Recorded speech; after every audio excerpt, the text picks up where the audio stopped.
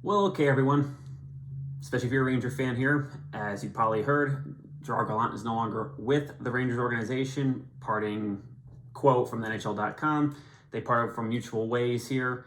As to whether or not it was actually mutual, let's take the word for it there that it actually was. He is the sixth or seventh coach to be let go here now following the season. The only difference is that he is the only coach that made the playoffs while being let go here. And when you're looking at it, okay, he was with the Rangers for 2 seasons, 99-46-19 record, regular season, 13-14 in the playoffs there. He was a Jack Adams nominee last year in 21-22. Now, people are speculating why he got let go. People saying he lost the locker room. It's because he didn't make changes. Well, it's probably a combination of a little bit of those and some other circumstances that are probably out of his control. He had 2 great seasons with the Rangers, I would think, and a part of that, I believe, is the reason why he got let go.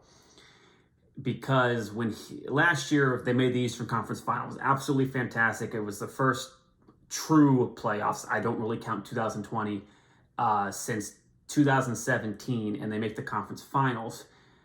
Everyone was saying that this team was a year ahead of schedule, making the playoffs and all that. And I don't think the team was ahead of schedule in terms of making the playoffs. I figured last year, after the 4 years of rebuilding, that was the year to make the playoffs. And if they won a series, cool, that would be the stretch.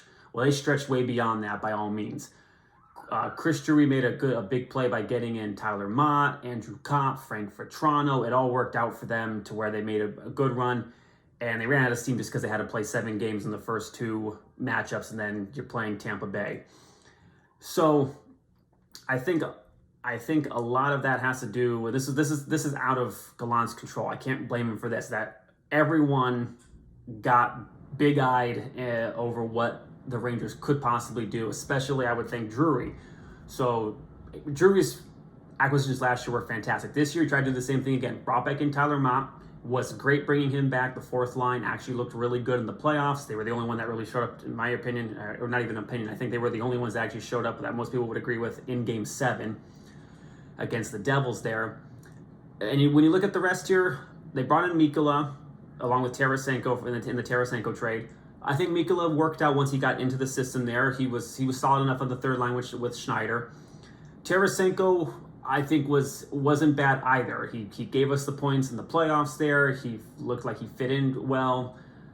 That was fine. Kane did put up some points, but he was probably brought in more to be a leadership in the locker room. I don't know if that really translated out into actually how it worked, but I would say the acquisitions Drury got this year they just didn't help out compared to last year's acquisition. But that also, it's not squarely on the acquisitions.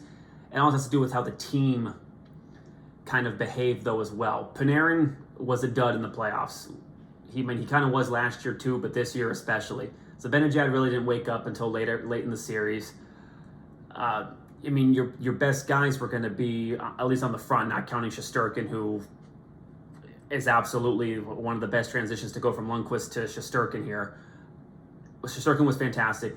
Kreider did a great job. Yeah, he cooled off a little bit here and there, but Kreider definitely is someone I cannot blame for whatever happened here. And Tarasenko, I think, did fine.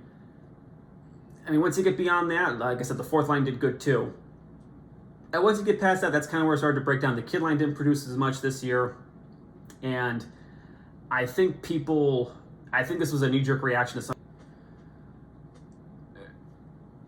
Now, this is the part where I believe that it's kind of out of Gallant's control here. Because the expectations were set so high and Drury wanted a win-now mentality, that's where this acquisitions didn't go quite as planned.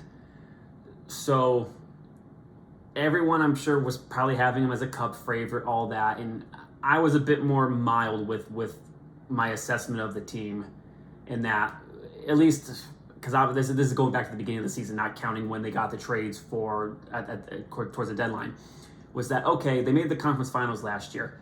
That was a very, very big stretch, absolutely. So my expectations had to be, they were higher than what they would have been in 21-22, but they still, to me, were not Eastern Conference Finals aspirations or Stanley Cup Finals aspirations or winning a cup. Of course, obviously, if that could happen, that would be fantastic. My expectations this year, you make the playoffs again, you at least go to the Eastern Conference semifinals. That's got to be the bare minimum at that point there. And the opposite clearly happened, I think, with Drury, with a lot of fans that, hey, it was, we can win this thing now. And I think that probably went against Gallant after this performance here, which is partially, that's entirely unfair to him. I think if Drury had a little bit more, was a little more reserved in the expectations, I think Gallant would probably still be here.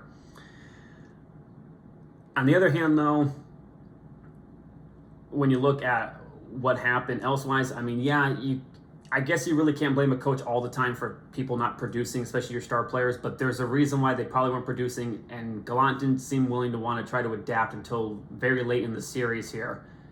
Of course, the team pushed out to 7 games because when they showed they had the talent, they showed they could beat New Jersey no problem. But it was more or less the fact that I think Gallant probably lost the locker room, couldn't make the changes there, and that's what did him in.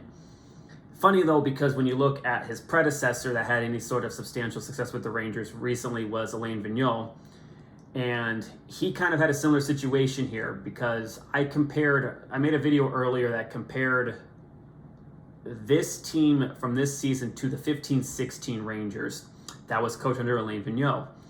So what happened that year, we'll go back a little bit further in history. As you know, with Vigneault, comes in the 13-14 season, it's his first season, makes the Stanley Cup Finals, they lose to LA in 5. But making the Stanley Cup Finals for the first time since '94 was absolutely amazing. The following year, President's Trophy, most amount of points ever for the team. They lose in the Eastern Conference Final in 7 games. So, yeah, that was kind of a bummer, whatever. But those two things, I think, helped Vigneault be able to keep his job because the following year, the 15-16 season, the team looked decent on paper. 101 points. I guess you really can't complain about that, right? 101 points, still okay. It's not a President's Trophy winning season, whatever. You're still competitive. They get bounced by Pittsburgh in 5 in the Eastern Conference quarterfinal. And I'm looking at that and looking at this team. I'm going, these two teams kind of compare up in the same situation, but Gallant gets fired, whereas Alain didn't. And it's probably because Alain Vigneault had the Stanley Cup Finals and Eastern Conference Finals with the President's Trophy in his previous 2 years. That being said, I think it's a little unfair to Gallant to only compare him for last year there and now this year where things just broke down for him. But at the end of the day, of course, this is all the Rangers front office, what they want to decide to do. There's been no coach named yet for who the future is going to be, which I would expect there was going to be no coach, especially this early. They're probably going to wait till the offseason until they decide that. But we'll have to see how it goes. I enjoyed Gallant behind the bench there. I do think it's a fair criticism, though, obviously, that come playoff time here, the team just did not respond to anything. I don't know if he was trying anything different. Obviously, he mixed up the lines there starting in Game 6, apologies, Game 6. And it worked out there, but it was another dud in Game 7.